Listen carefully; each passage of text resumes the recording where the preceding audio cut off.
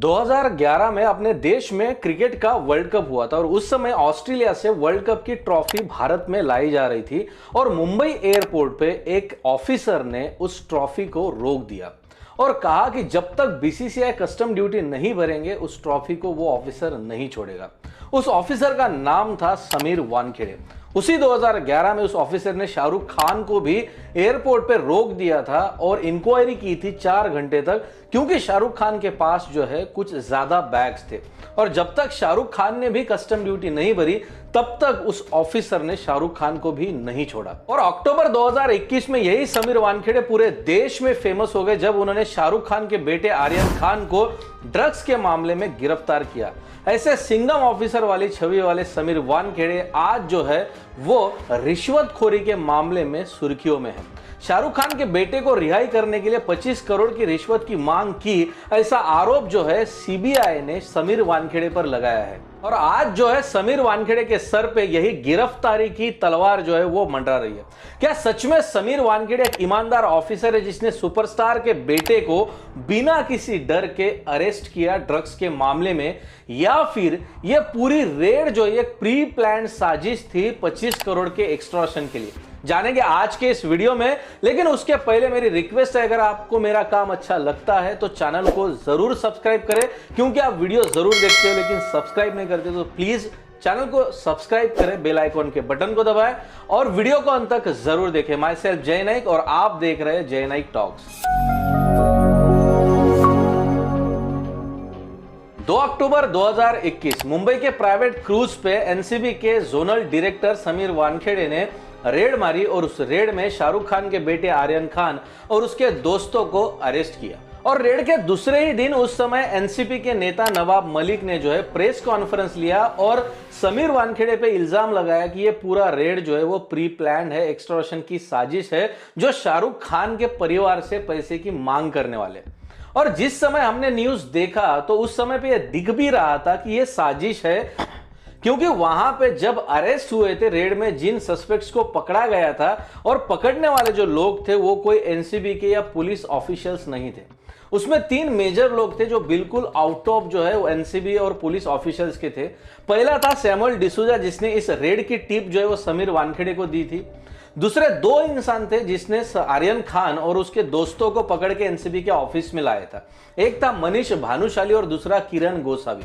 अब मनीष भानुशाली ये कोई भी एनसीबी का ऑफिसर या पुलिस ऑफिसर नहीं था, बल्कि मनीष भानुशाली जो है वो बीजेपी का नेता है और किरण गोसावी जो है वो पुणे पुलिस द्वारा ऑलरेडी 420 के केस में फरार है, तड़ीपार है, भगोड़ा घोषित किया गया है। और यही किरण गोसावी ने आर्यन खान को पकड़ के एनसीबी के ऑफिस में लाया था। अब ये सारी केस चल ही रही थी, ये सारी चीजें न्यूज में मीडिया में दिख ही रही थी। उस समय पे जो मीडिया थी वो पूरा गुणगान गा रही थी समीर वानखेड़े की। देखिए शाहरुख खान के बेटे को उसने अरेस्ट किया, ये कितना बड़ा सिंघम ऑफिसर है, कितना ईमानदार ऑफिसर है, कैसे अपनी ड्यूटी कर रहा है किसी से बिना डरे। और बीजेपी के नेताओं ने भी उस समय समीर वानखेड़े के तारीफों के कई पुल बांधे थे। लेकिन इसमें एक प्रॉब्लम हुआ कि ये किरण गोसावी जो है उसने आर्यन खान को अरेस्ट करने के बाद इतना वो खुश हुआ कि उसकी खुशी फूली ना समाई और उसने एनसीबी के कस्टडी में जाके आर्यन खान के साथ सेल्फी खींची। और इसी सेल्फी के बाद जो है ये पूरा केस जो है उल्टा जो है समीर वानखेड़े के ऊपर पड़ गया और शक की सुई समीर वानखेड़े की तरफ जाने लगी। क्योंकि इसने अगर ये एनसीबी ऑफिशियल होता या पुलिस ऑफिशियल होता तो किसी आरोपी के साथ जो सस्पेक्ट है उसके साथ सेल्फी क्यों निकालता। लेकिन ये भगोड़ा आदमी जो पुणे से 420 के केस में भागा हुआ था, इतने बड़े सुपरस्टार के बेटे को अरेस्ट किया तो शो ऑफ तो करेगा, सेल्फी तो निकालेगा, और वही गलती उसने की और उस पूरे केस को जो है उल्टा समीर वानखेड़े के ऊपर पलटा दिया। और यही सारे इल्जाम जो है वो नवाब मलिक समीर वानखेड़े पे लगाते रहे कि ये पूरी प्राइवेट आर्मी थी समीर वानखेड़े की जिसने ये पूरी रेड को जो है वो अंजाम दिया था। कि वानखेड़े जब से इस डिपार्टमेंट में आया उसने अपनी एक प्राइवेट आर्मी खड़ा की। उस प्राइवेट आर्मी में किरण गोसावी, मनीष भानुशाली, फ्लेचर पटेल, आदिल उस्मानी, सैम डिसूजा, हीलू पठान, ये सारे लोग आपके प्राइवेट आर्मी के प्लेयर हैं।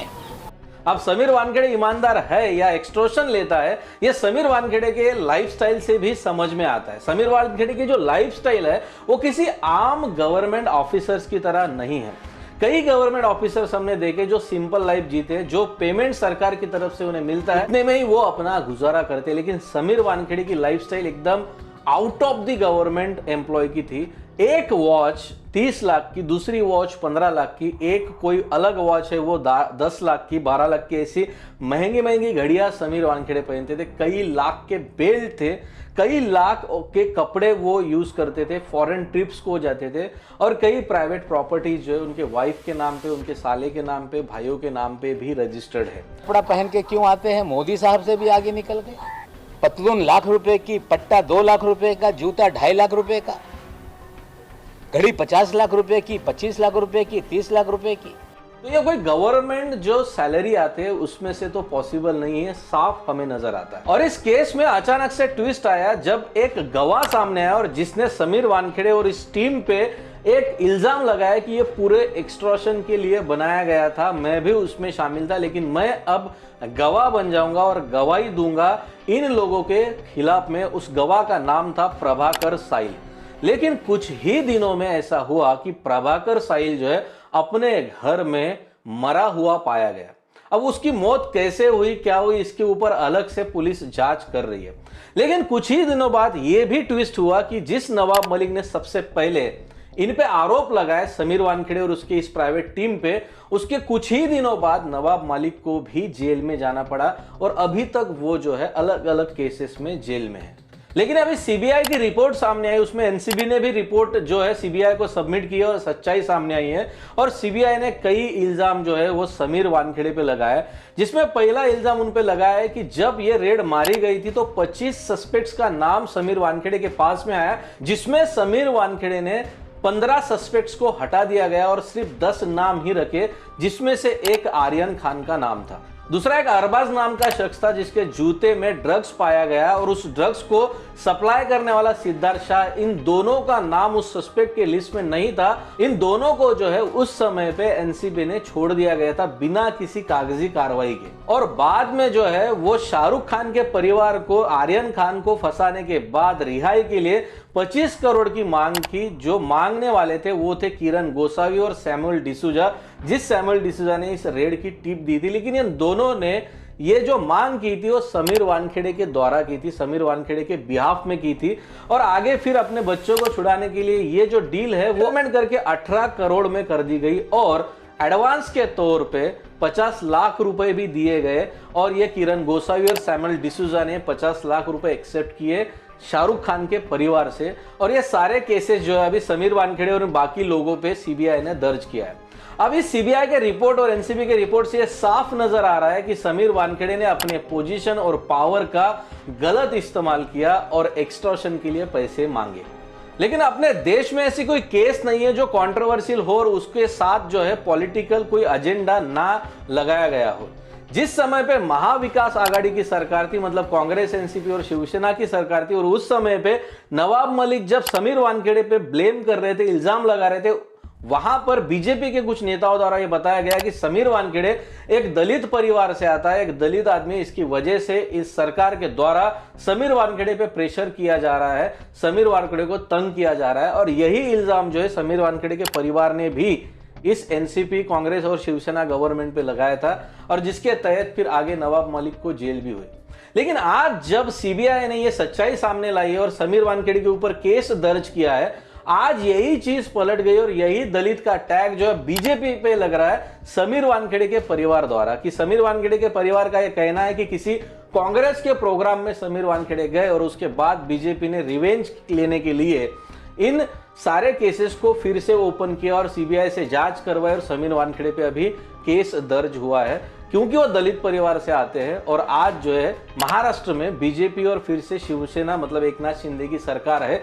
इसके लिए यह जरूरी नहीं है कि हर बार देश में कुछ ना कुछ हो और उसके साथ किसी धर्म, किसी जाति का टैग लगा दिया जाए और अपना अपना पॉलिटिकल एजेंडा जो लोगों के सामने लाया जाए। लेकिन इन सारी चीजों में झेलना पड़ा बिना किसी गलती के शाहरुख खान और उसके परिवार को।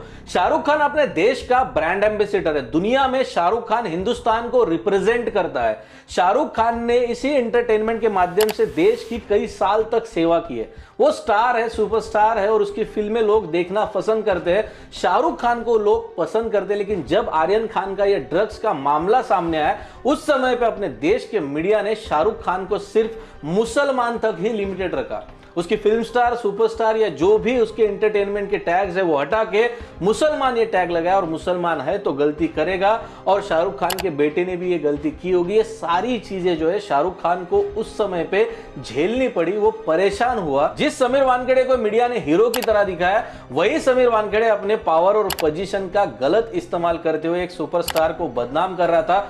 उसी सुपरस्टार से पैसा हड़पने की कोशिश कर रहा था। लेकिन उस समय शाहरुख खान ने जो है ये सारी चीजें पूरी तरीके से शांति से ली, कानून और अदालत पे भरोसा रखा, और आखिरकार जीत जो है वो शाहरुख खान की हुई। इन सारी चीजों को देखते हुए एक चीज तो समझ में आ गई कि सत्य जो है वो परेशान हो सकता है लेकिन पराजित नहीं हो सकता। तो आज के लिए इतना ही दोस्तों। उम्मीद करता हूं कि वीडियो आपको इन्फॉर्मेटिव लगा होगा। उम्मीद ये भी करता हूं कि वीडियो आप लोगों के साथ शेयर करेंगे, वीडियो को लाइक करेंगे। अगर आपकी कोई राय है तो मुझे कमेंट सेक्शन में जरूर बताएं।